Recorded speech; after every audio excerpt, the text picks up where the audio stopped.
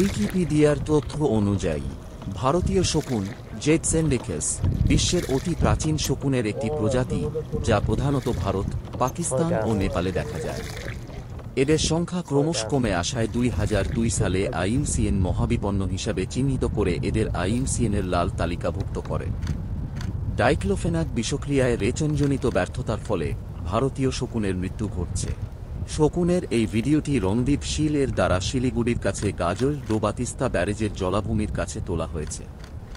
এই বিপন্ন পাখিটির ভিডিও দেখে ভালো লাগলে অবশ্যই সবার সাথে শেয়ার করুন।